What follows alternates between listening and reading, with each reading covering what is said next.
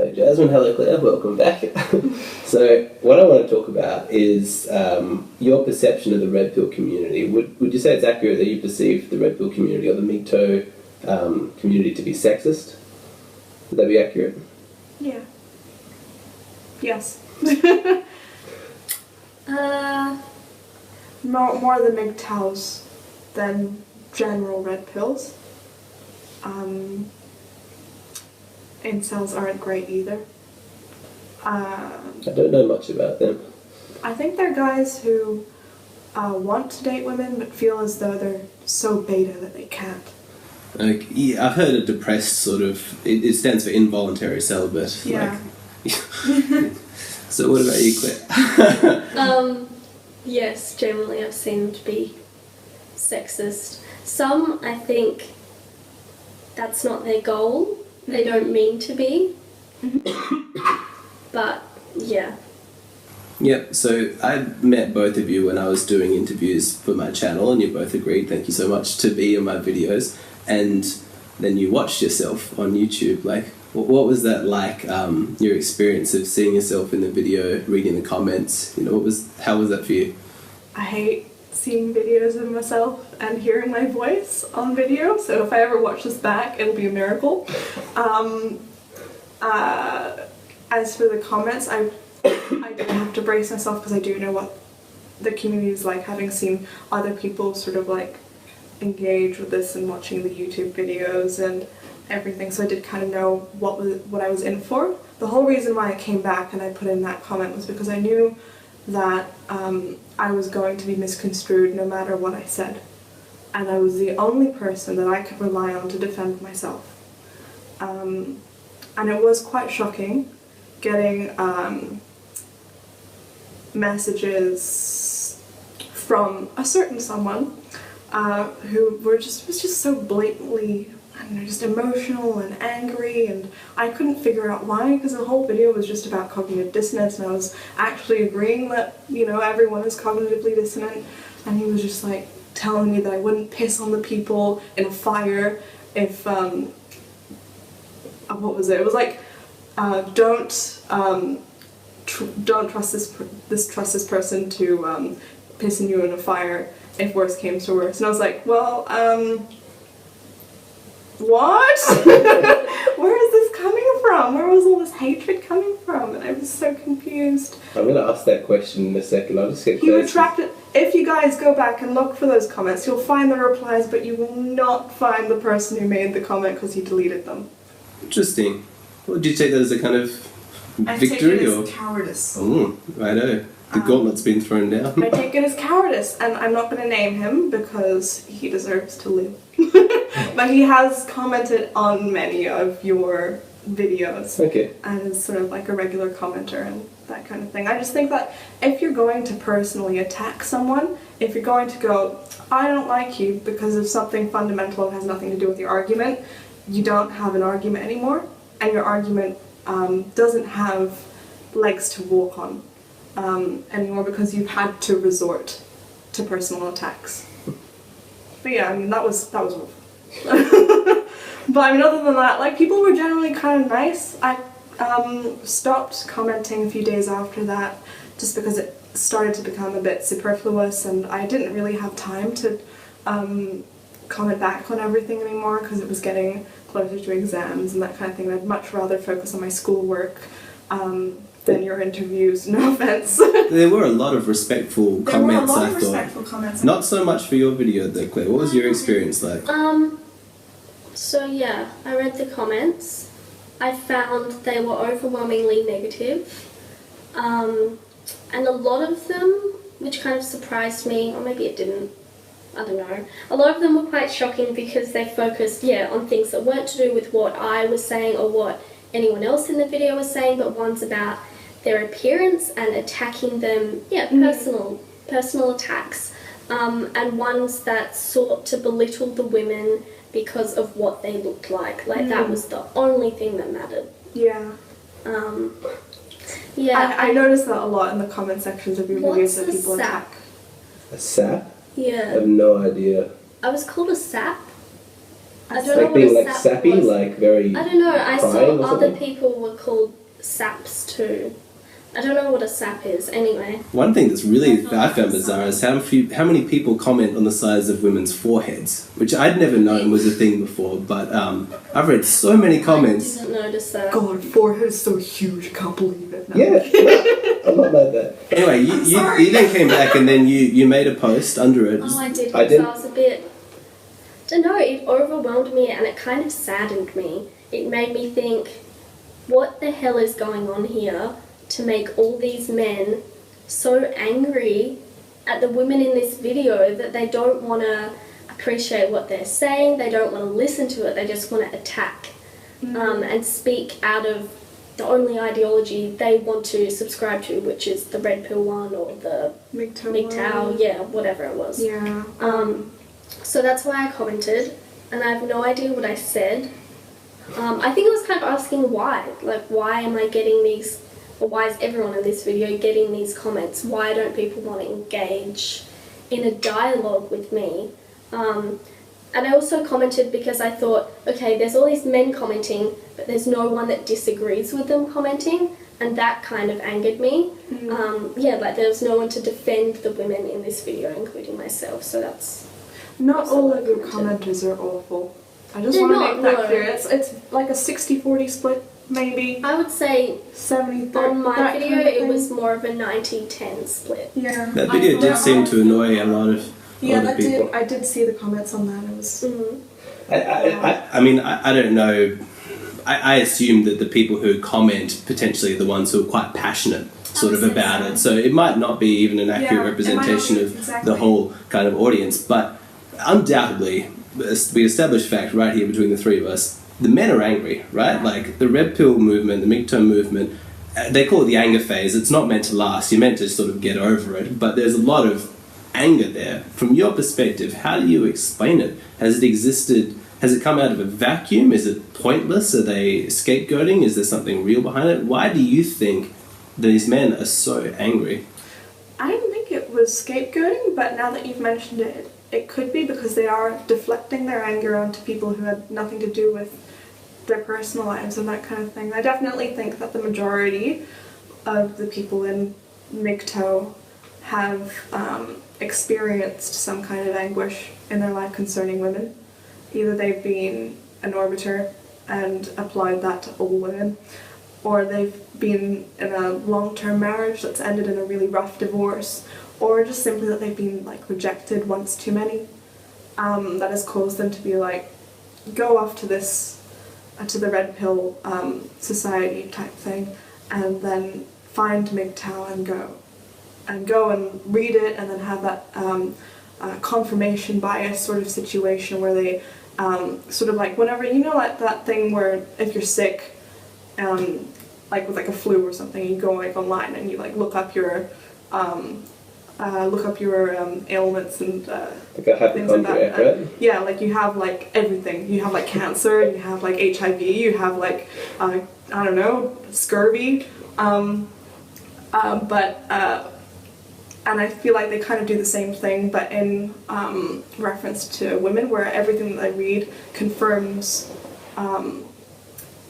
what they think that they've experienced. So a huge case of confirmation So it's confirmation bias, in my opinion, as to why so many are so hateful. The hateful people are so attracted to the movement. And What do you think, Claire? Why do you think there's so much anger? Yeah, I agree. I think that men, from what I've seen, the stories of men that I've read, they seem to have encountered a woman who has hurt them, and that has sort of made them decide, you know what, I'm going to read all this red pill stuff and believe it, because they need someone to blame for it. So why not blame women as a whole? Okay, so we'll move on from this, but I'll just confirm on the whole. It seems like both of you say that it's a case of some individual problems and then it's being scapegoated to women as a whole. You don't necessarily see any validity in the claims that on a larger social level there's a problem with the current construct of gender dynamics and relationships. I think there's... I'd be more inclined to say I agree with a lot of the stuff that men's rights activists say. Or no, I don't want to say I agree with a lot of the stuff they say because that may not be true. I agree with a lot that there are a lot of struggles men face. We've got high suicide rates for men, homelessness. I mean, there's other things. Yeah. The divorce thing is clearly something that men are suffering with, and this is where they're expressing it. I believe they are valid, and they might contribute to why some men choose to go down the red pill sort of path. But when it comes to relationships, that sort of relationship sexuality type stuff, I believe that generally is more of the scapegoating type answer. What's the Okay. question? We'll move on from that because we do have a lot of content to get through. So changing gears slightly, do you think that there's any hypocrisy that can be pointed to in the current sort of feminist dynamic in society when they call for equality in some areas but not so much like in others? So like more of a men's rights sort of issue, but if men are still doing the majority of the heavy lifting in terms of unpleasant labour, you know, physical kind of work, that's not like an issue that feminists are going to take up. Like, we all want to be hard labourers, we want to be miners and carpenters and plumbers and deal with human feces, you know? It's not so much that kind of equality that they're sort of looking for. So a lot of people in the red pill community will point to that and say, well, women want to have their cake and eat it too. They want to be equals when it suits them, and then they want to revert to the traditional gender roles when it doesn't suit them. What do you think? So this is just men are expected to be in labor roles, or they have forced into labor roles or whatever. Right? Do you think that women are using the idea of gender equality to just get the best deal, and in the moment that it suits them to be kind of helpless damsels in distress, where a man, big strong man, takes care of them, they'll just revert back to that? Do you think there's some truth to that, or do you think... You know what? A little bit. But also, I think it's a false argument to use labor, because you have a choice as to which industry you want to go to. Usually, sometimes that's not an option you have, you know. And sometimes there just is no work that you have to do labor jobs, and men often do take those labor jobs. But the beauty of it is nobody's holding a gun to your head to do a labor job. You know, nobody's holding a gun to your head to pay on a date, just as nobody's holding a gun to a woman's head to wear makeup and put out after the date, or stay at home and be mothers. Nobody's saying that women have to do this or they get thrown into jail, or nobody's saying that men have to do this or they get thrown into jail either. So I think equality of opportunity, and if you don't like labor jobs, don't do them. Interesting, yeah, that's absolutely right. But yeah, I do think that it is sort of like pick and choose a little bit. And I was saying before, like, I think that a lot of it is quite selfish and based in Western countries, and I think that's not the place for feminism right now.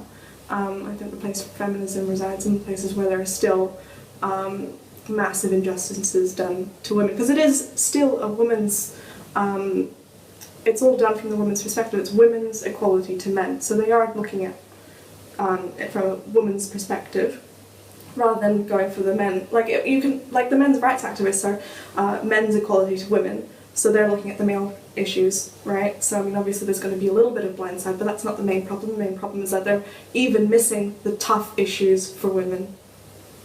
Yeah. And yeah, there is such a thing as, sorry. That's all right. I do feel that you could just go and go and go, so I might have to interrupt occasionally. I think there's sort of like almost like a, you know how like a lot of people like to talk about like toxic masculinity? I don't like that word. I don't like it, but I think there is a certain amount of truth to it, and there is also a toxic femininity in that women might expect too much and expect to be protected at all costs and expect way too much. This is consistent with your greater worldview, which I'm picking up, and the world's not split between men and women or red pill, blue pill. It's split between toxic people and non-toxic people. Yeah. Yeah, I understand that. But I want to go to you, Claire. Do you see any hypocrisy of women in like asking for equality in some areas, like when and if it suits them, but not in others? I mean, to an extent. Can you give me an example? So you had the labour one. I think that custody is actually a pretty good example. Whereas a woman might quite happy to go and get a job sort of when it suits her, but then... What's a really good example would actually... Sorry. I'm sorry, I keep interrupting you. Go. I just want to say there's like a really good, even plane that you can look at this, and this would be circumcision. Mm-hmm. Female circumcision Yeah. is like a no. Yeah. Whereas male circumcision is completely normalized. Okay. Yeah. Like I assume even the men in this community are pretty much okay with circumcision, even though it is completely, well, not completely, but like it doesn't save as many lives as you think it does. It saves lives. Well, yeah, because UTIs and things like that. The health perspective of circumcision for men is that it's better for your health and helps prevent certain diseases, but it saves like 7 out of 1,100 boys, which is like not really that many boys. And that's because it's all based. I'm not in favour of it, but I haven't looked into it. I'm not in favour of, obviously, but I mean it's so normalised in Australia. And now back to Claire. Now you speak. I I'm feel sorry. a little bit like the circumcision thing. I'm not really relating there. No, it's a slightly different topic. I think so. I have was no just problem talking- with circumcision. Yeah, but I mean like in other countries, like the country that I was born in Indonesia, I was nearly circumcised. Okay. Yeah. So which involves, I think, trimming the labia, and the clitoris, and some places like, I don't know, there's some place in North Africa where it's in complete infibulation, where they slice you down from your urethra to your anus and then just sew it all back up, which is quite awful. But most of it is more like just removing the labia and scraping off part of the clitoris and that kind of thing. And here And circumcision here is it's obviously here it's like a no. don't If you do heard that. if you heard that someone was circumcising girls, there would be an uproar. Yeah. Whereas if it's completely For normal, men, that's it's not. the But I mean, the effect of circumcision on men clearly isn't the same as it is for women. I don't know. It seems so much more. The It's labia a huge deal to. The labia and the Slice clitoris someone's- serve. The labia and the clitoris serve sort of the same purpose as the foreskin for men, and giving extra pleasures and completely like annihilated if you remove the labia and the clitoris, but it's dulled, just as it is for Okay. men. So, what we're saying is. She's very well informed on this issue. had to write a paper on this. Oh, right, okay. Yes, I just feel when I think about the circumcision thing, I'm going off topic. Yeah, I'm sorry. I'm thinking about. Okay. Can I put it to you this way, yeah. Claire? So, do you think that there is a natural dynamic between men and women where men are dominant and women are submissive, and that is okay, that's natural, that's real? Or do you think that's a cultural construct that needs to be gotten away with? I think. Natural. No, why does it have to be natural? So if you look at the animal kingdom, like Yeah. you'll see like what's basic to every species biology, what is their kind of role. Human beings, as cultured as we've become and rational with our minds and intellectual development, Okay. at our base we're still animals, you know. My apologies to any like religious viewers, but you know, essentially that's what we are. So what is natural? Are men leaders, protectors? Are we dominant or not? Just because it's natural, it doesn't mean we have to do it. We don't have to shit in the corner of the room. We have a toilet for that. You know, you can make. That was quite a. Very well put. Yeah. Okay. Okay, but we can make that argument about everything. We can say, that's natural. That's how we should have it. But the truth is, we don't agree with that. For so many things. I want to be equal to a man. I don't want my partner to dominate over me. I don't want to be submissive. I don't want to meet men in the world. I don't want my dad to be dominant to me, you know? Yep. So that's my view. I think it's an interesting way to put it, and there's certainly a lot of areas I would agree. Like, for example, I think biologically speaking, the time for a woman to best be impregnated is a teenager, even like a young teenager. That's when her body can best handle it.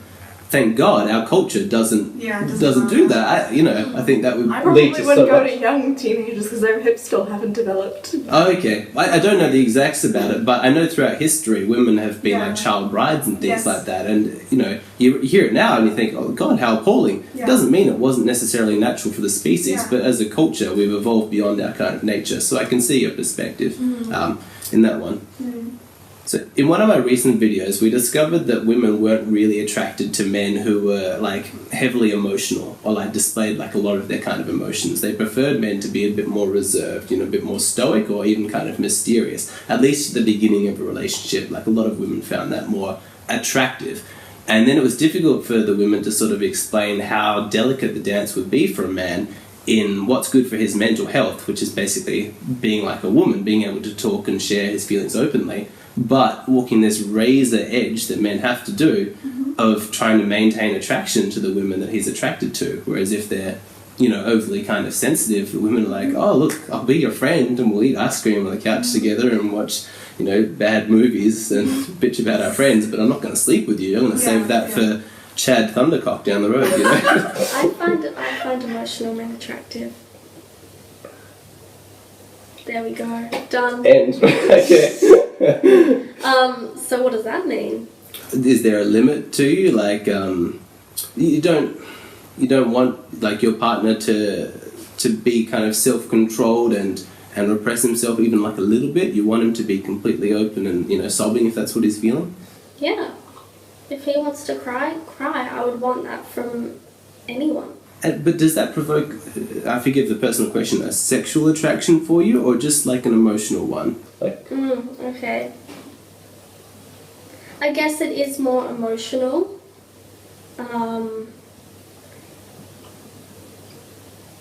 Are we talking about relationships here? Was the primary question, was that about being in a relationship with someone, or was it about just being in a sexual relationship? I think probably dating we're talking about, the casual sort of first 6 months that you might find. I think in long-term relationships, no one wants a wooden doll, right? But... Okay. No, in the first 6 months, I'd want to know that someone could be emotional.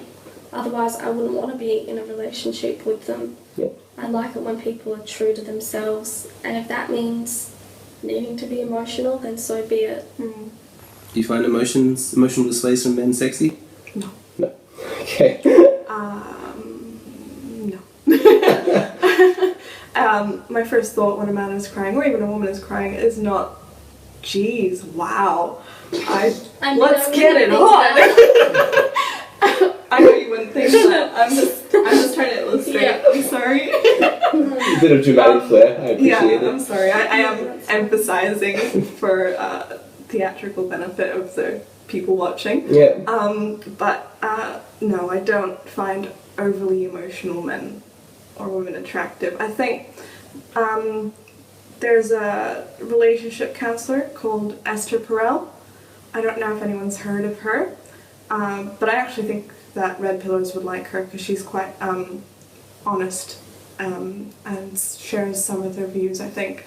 And she's sort of made this observation that we expect our partners to fulfill the emotional and physical and everything, or fulfill all the requirements that were once fulfilled by a small village. Sure. I've heard that theory, yep. Yeah, so I think if your partner finds it unattractive, or you think it's like trying to, it's starting to have a really bad effect on the relationship, it would be my advice would actually, in order to remain mentally stable, is do what most women do, which is they have support networks that they can go to and unload, basically, and talk about their feelings with their friends and have a good bitch and things like that, that men are not allowed to do now, because there is so much, you're not supposed to be emotional with your friends, right? When you're a guy, right? I mean, that's what I've observed from my male friends interacting with each other, is that they can't talk to each other like personally. Usually there are like exceptions to that, so I think the best thing that you can do is to find one or two really close friends who you can go to talk about just the mundane, everyday, blah events that happen. And of course, like, you should be able to open up to your partner too. But I understand if it gets quite tedious and off-putting if they're doing it way too much. You know, like, nobody wants to hear about, I don't know, Serena from work being a cow over and over and over and over again.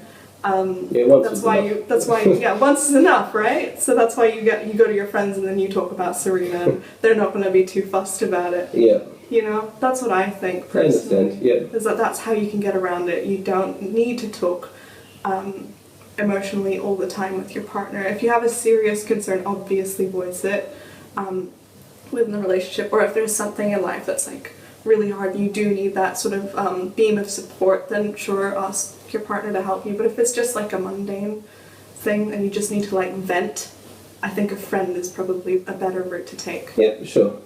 Alright, so we're going to talk now about like the male sex drive and how that's applicable in the Red Pill philosophy. So to start off, do you both consider yourselves like sex positive people, like sex is normal, natural? Do you have like any religious hang-ups or anything that we need to know about first?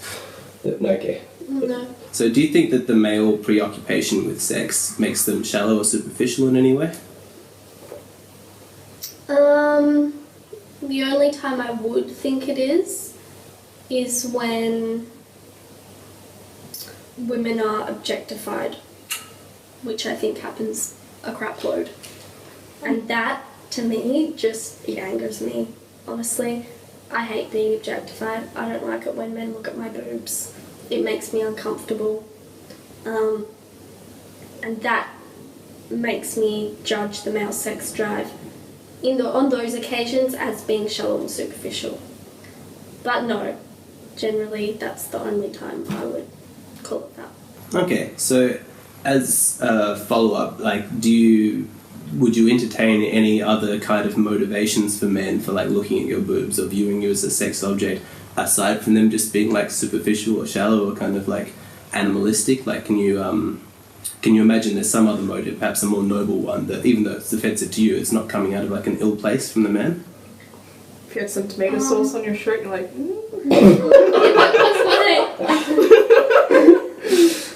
The only person I want to entertain looking at me sexually is my partner. Does that answer that question? No, it doesn't, but I think it's important to say, and you're obviously entitled to that preference. I suppose it's difficult, I think, for women to understand what it's like to have a male sex drive, and men look and they objectify, but there are psychological reasons as well as biological ones, none of which have anything to do with them being evil or shallow or anything like that. It's inside them, it's completely natural, and a lot of women who grow up feeling negative about the male sex drive tend to change after they become mothers and they watch their sons go through puberty and become sexual beings, and they realise the innocence in a man looking at a woman's boobs, you know? I guess it's more than comments and the feeling that they're entitled to that. Okay, sure, that's a different thing, but yeah. Yeah. I agree with that. Yeah, I understand that sort of.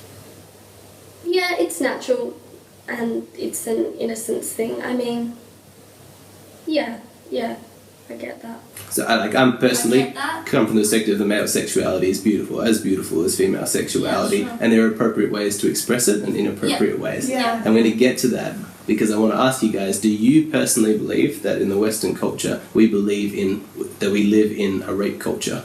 No. Because rape isn't normal.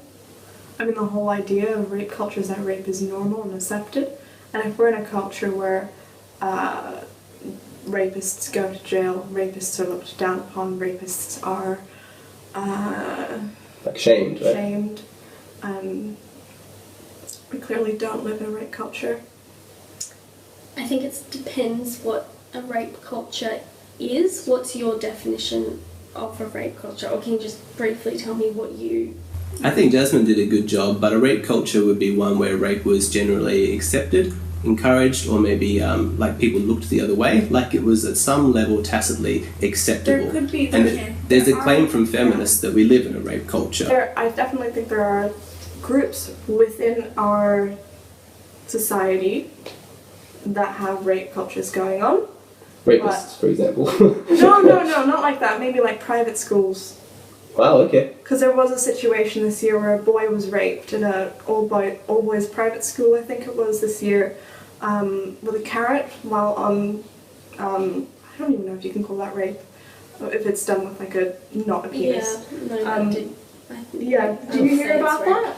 Yes, I did. Yeah, and the school kind of like looked the other way and was like, let's just pretend this never happened. And that What was society's reaction to the school looking the other way? Overall reaction was very, very negative, which is why I say society as a whole is not a rape culture, but there are sort of groups within that do exhibit traits of a rape culture. Yeah. Okay. I've thought about this before, and I'm undecided, because there's clearly actions that go on that are normalised, like women being wolf whistled at and objectified in the way I was talking about before, in terms of those But is it wrong to conflate reactions. the two?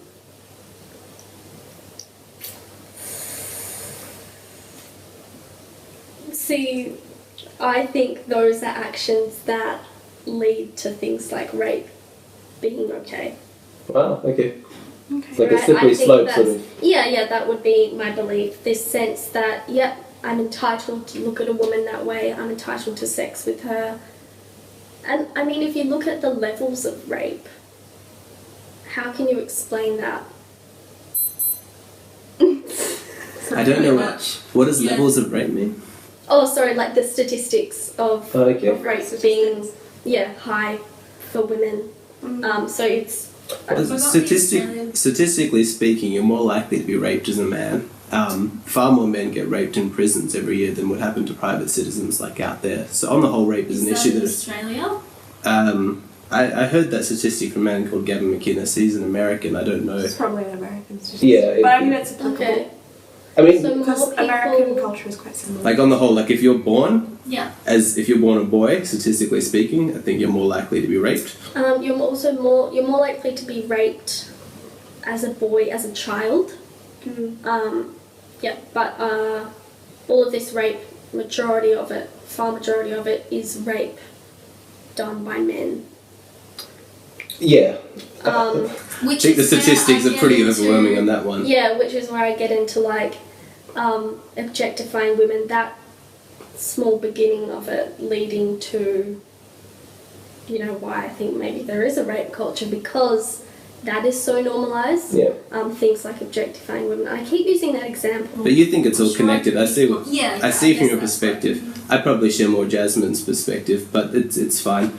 What I want to ask you about is, I don't think anybody, even the Red Pill community, would disagree that being raped is a horrible experience, and there's no rape apologist, at least that I've seen. Yeah. But the Red Pill community believes that not enough attention is being given to false rape allegations. And I've seen statistics I saw one that said out of 15,000 rape allegations that were made to the police, only 1,000 of them were actually led to that person being charged. And then they could be guilty or not guilty. That was just of them being charged. There was enough evidence to do it.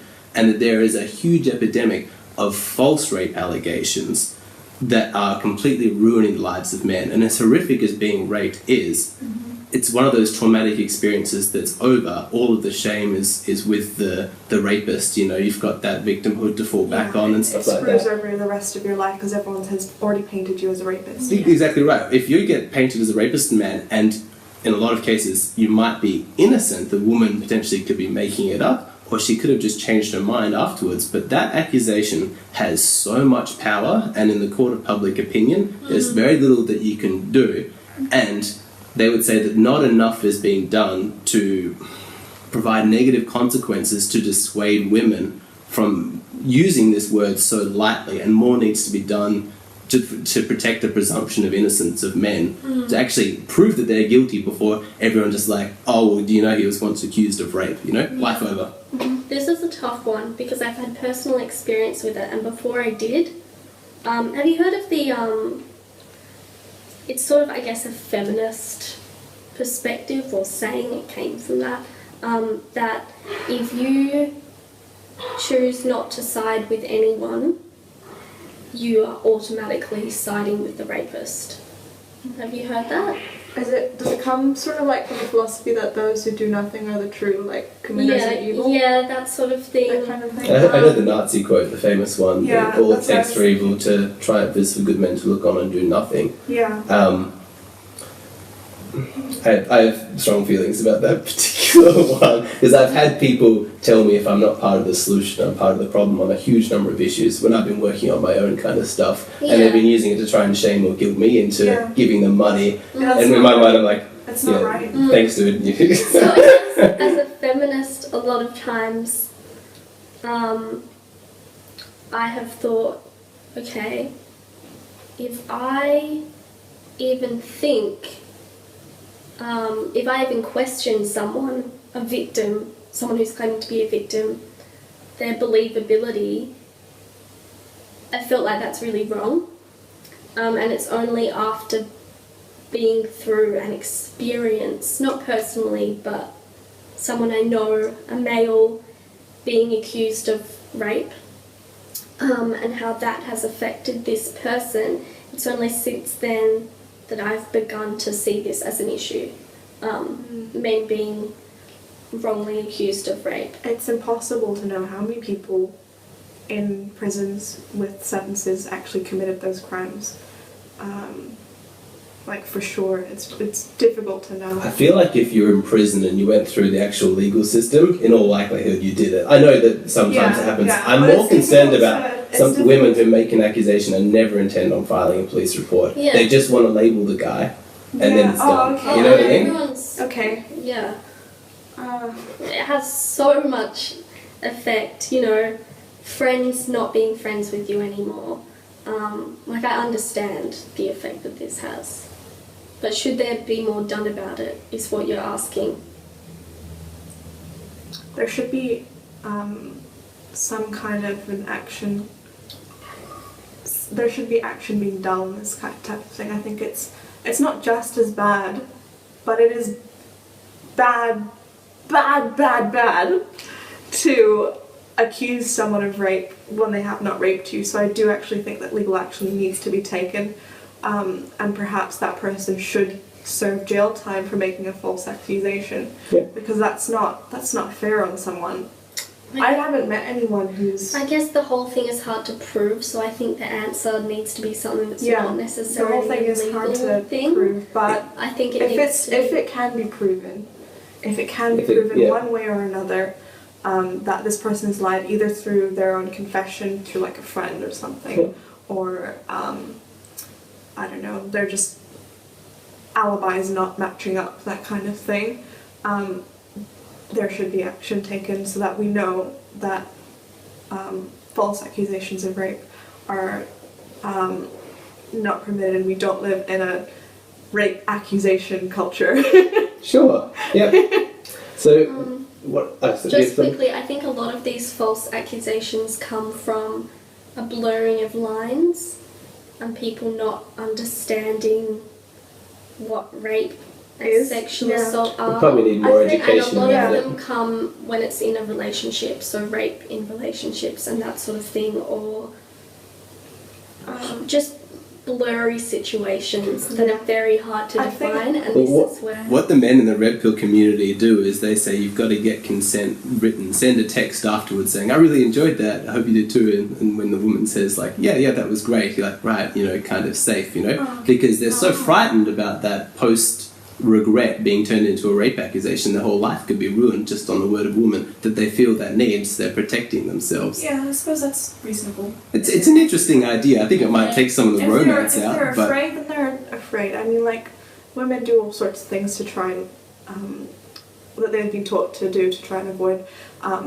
things like abduction and rape. Some of them are a bit like you're more likely to not have this happen to you than you are to have this happen to you. But you do get taught things like walk so that cars are coming towards you rather than them coming behind you, so that you can know if a car stops and tries to abduct you. Because I have known people who have been abducted in cars and that kind of thing, And then you have the whole thing where it's like tie up your hair at night, wear belted trousers or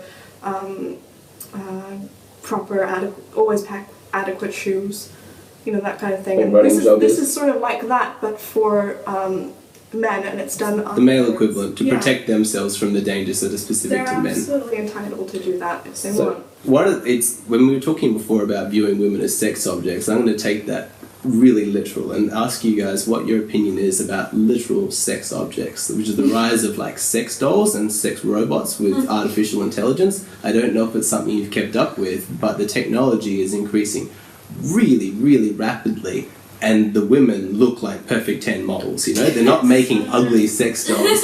And for some, I think they'll see this as, I mean, probably it's not going to become a mainstream kind of thing. Mostly, you know, guys who perhaps have not having sex very frequently, they might be tempted to get one. Or it might just be, you know, a fun doll toy. But there are some... A gag gift.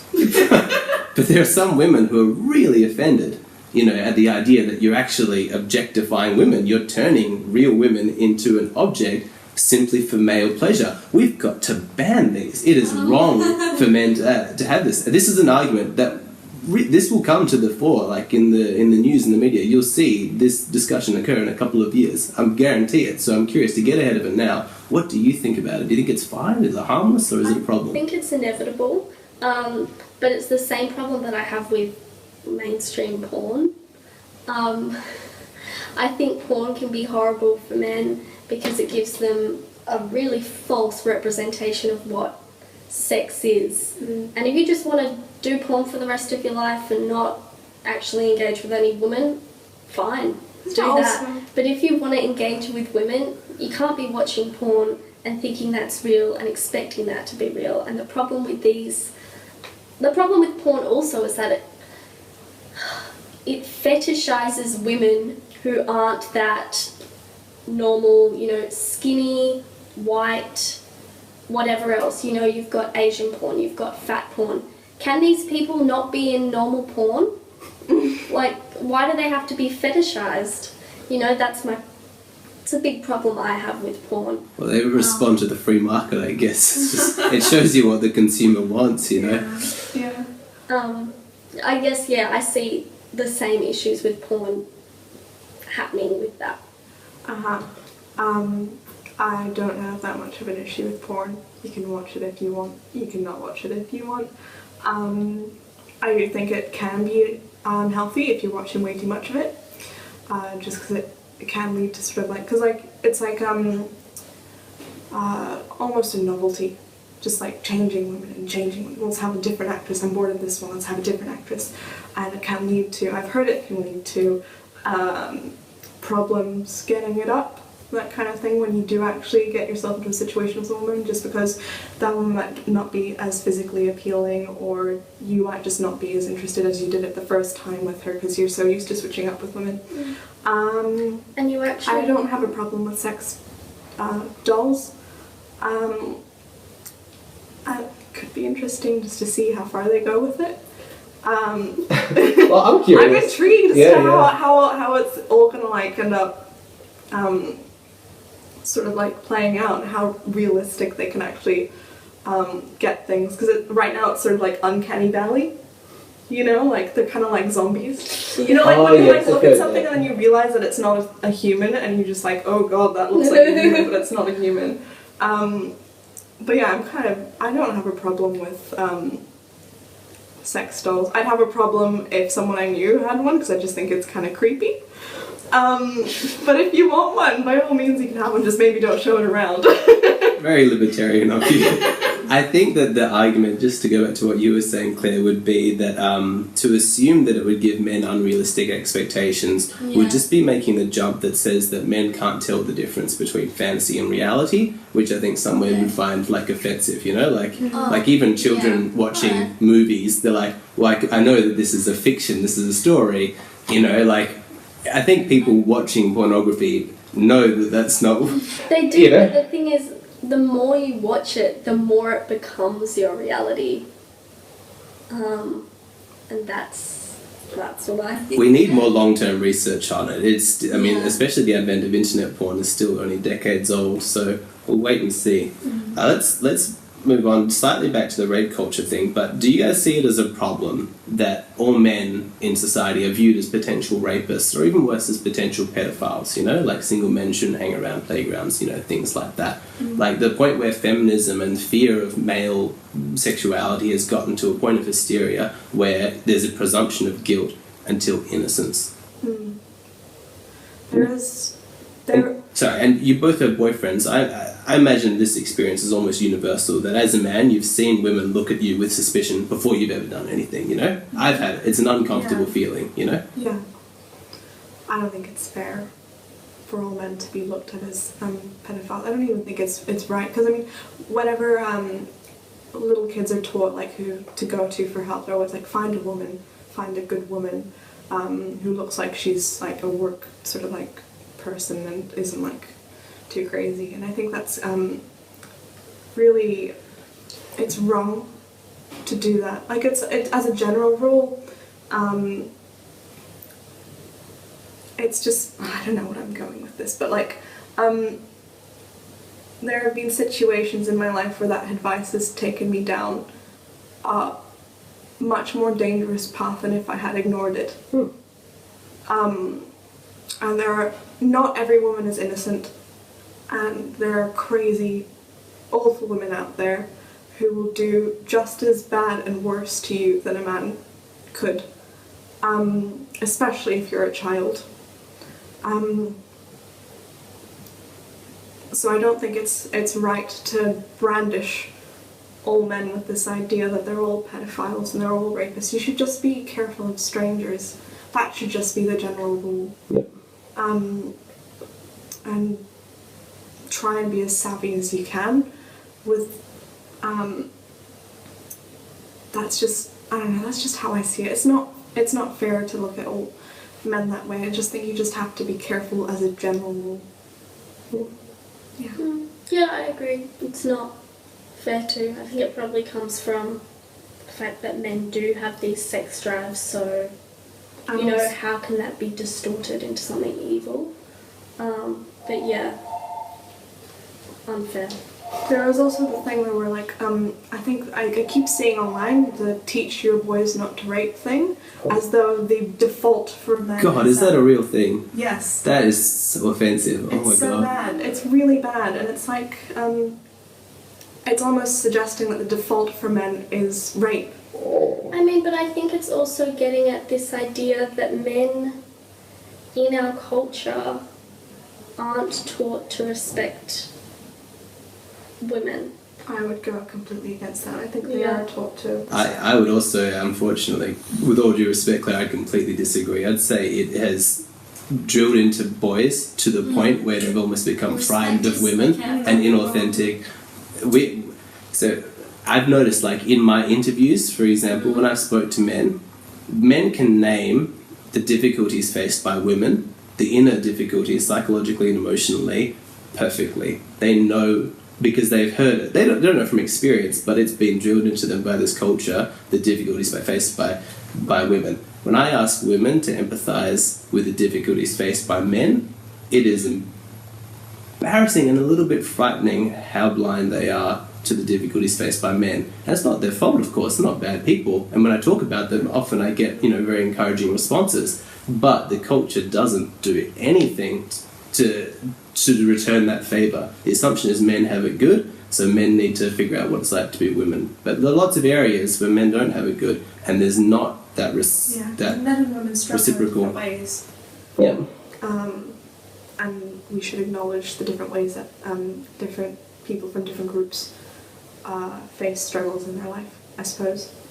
Okay, I think the raping that ad or whatever the heck it was. It was just how they make those quotes. Teach boys not to rape quotes. Well, I guess it's because men are often the perpetrators. Yeah, they are. So why is that? It would be the same though. Imagine if we said, teach your Muslims not to be terrorists, Yeah. But that Muslims aren't terrorists. But some are, just in the same way that some men are rapists. And some are, but then we've got so much terrorism that is committed by white people. The thing is that rape is committed by men on a much higher level than it is for women. Terrorism is actually... Is it fair to say, is it fair to say that while most perpetrators of rape are... Is it fair to judge all men that they are all I'm so bad with words today, that they are all perpetrators of rape, just because that small group of people happen to be men? I don't know if that came out right. That's right. Like, if you look at how many men out of 1,000 become rapists, it's a tiny fraction, you know what I mean? Really like, small, but every man pays the price for the action of a couple of bad And it's kind of apples. like what I was saying with orbiters as well. Women, one rapist can rape a lot of women, and that can completely cloud your judgment of all men. Yeah. Okay. That's what I think anyways.